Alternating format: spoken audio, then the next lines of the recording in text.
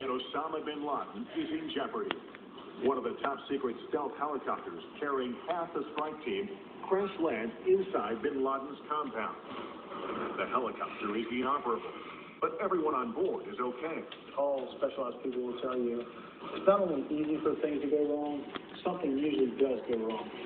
The original plan to have one team fast room onto the top of the compound is aborted. Instead, the second helicopter lands outside the compound. Its team now has to get past the high walls surrounding the safe house. The jobs included breaching the walls.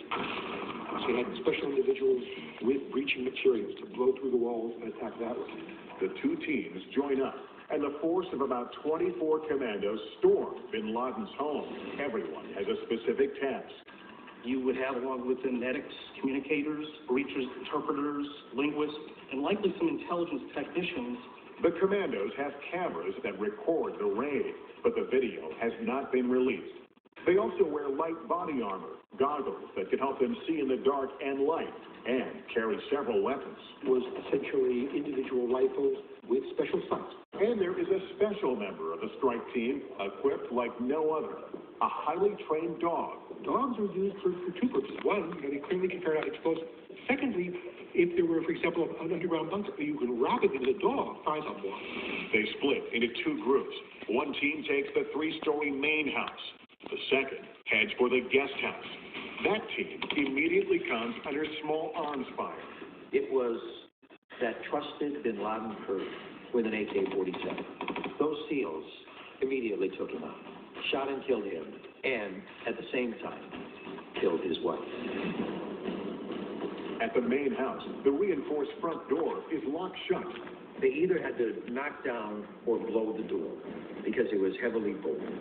They burst through the door into the ground floor and see a man with one arm behind his back. He is shot dead. It turns out he is unarmed. Without justifiable use of deadly force, are you a threat to me or someone else? If you are, you get dispatched. A drone is feeding video of the operation back to Washington. The camera can't see what is happening inside the house. For several agonizing minutes, the White House is in the dark. I think when the photo was taken, it was at the peak of the operation, and so we were holding our breath because we wanted to make sure that it continued to unfold without being detected by others. But the SEALs don't go unnoticed. Nearby, resident Sohab Athar, a computer programmer, tweets about the helicopters and loud noise with no idea of what is really happening. He writes, "Helicopter hovering above Abbottabad at 1 a.m. is a rare event." It's only a matter of time before Pakistani authorities find out and the local police or military respond. The strike team has to move fast. Inside bin Laden's house, the commandos move through room by room. They encounter women and children everywhere. One team ties them up, while others remain relentlessly focused on the objective, Osama bin Laden. They followed the plans and moved to the building to search for bin Laden. A very fast, furious, aggressive movement. They focus on getting to the target. But bin Laden's lair is a labyrinth of reinforced doors built to stall and confuse a raid. Some of the doorways were actually bricked in. So to get to other parts of the house, they had to knock these barricades down. There were false doors. We're told that this was really kind of a maze. This was, one can argue, one of the toughest assaults you can imagine special operations people doing, the toughest of the toughest. Team members began climbing the stairs to the second floor, a dangerous task they had hoped to avoid. One of the real complications was that they were not coming in from the top. That means they had to fight their way up the stairs, and they knew that. That's always tough. Three SEALs in the stairwell see one of Osama bin Laden's sons.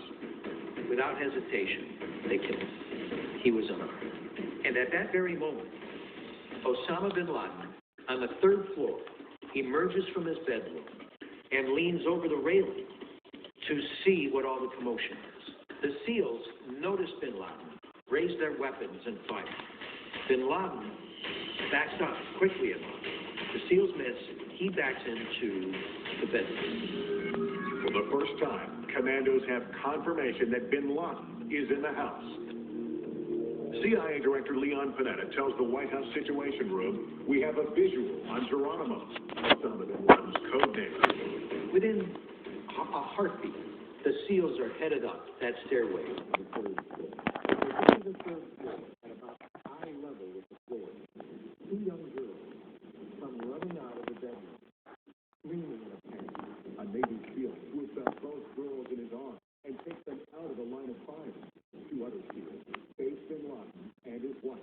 One SEAL immediately shot Osama bin Laden's wife in the face. The other SEAL, almost simultaneously, popped up.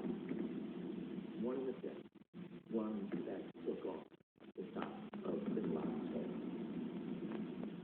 The world's most wanted terrorist falls dead to the ground. His trusted AK-47 and a pistol sit idle nearby. This mission, despite early claims that it was to kill or capture Osama bin Laden, was a shoot-on-sight kill mission. Commandos have been in the compound for about 20 minutes, but the mission is far from over. Positive identification is critical. Bin Laden is placed in a body bag and carried downstairs. At some point, a picture of his face is taken, and one of bin Laden's wives confirms his identity. To measure bin Laden's height, who is believed to be at least 6 feet 4 inches, a 6-foot soldier lays next to the body because they don't have a tape measure. The body is indeed several inches taller. A team member announces on the radio, for God and country, Geronimo, Geronimo, Geronimo. Director Panetta tells the White House, Geronimo, EKIA, enemy killed in action. When we first heard those words, using the term Geronimo, and it was the beginning of the end of the chapter of bin Laden for us. And that's it, guys. My phone's gonna die any second, so I gotta turn it off, okay, guys? An intelligence team. I couldn't get this part, and that's it. Picking up computer equipment, journals, and personal items. Bin Laden's body is moved to one of the two waiting helicopters, the working Black Hawk and a Chinook that has landed to take the place of the damaged Black Hawk that cannot fly. The down chopper is rigged with powerful explosives and is detonated after the helicopters lift off.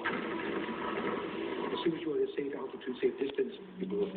The explosion helps destroy some of the helicopter's secrets, but it also alerts Pakistani authorities. The explosion was powerful enough to throw the tail rotor of that downed helicopter a good distance. I mean, they were trying to destroy the entire thing. The strike team is in and out in 38 minutes. They are all alive and accounted for. At the compound, there are more than a dozen women and children and 4 dead bodies left behind. The only additional passenger, what they believe to be the body of Osama bin Laden. Coming up, making sure they got their man, scientifically identifying the body of Osama bin Laden. And this is it.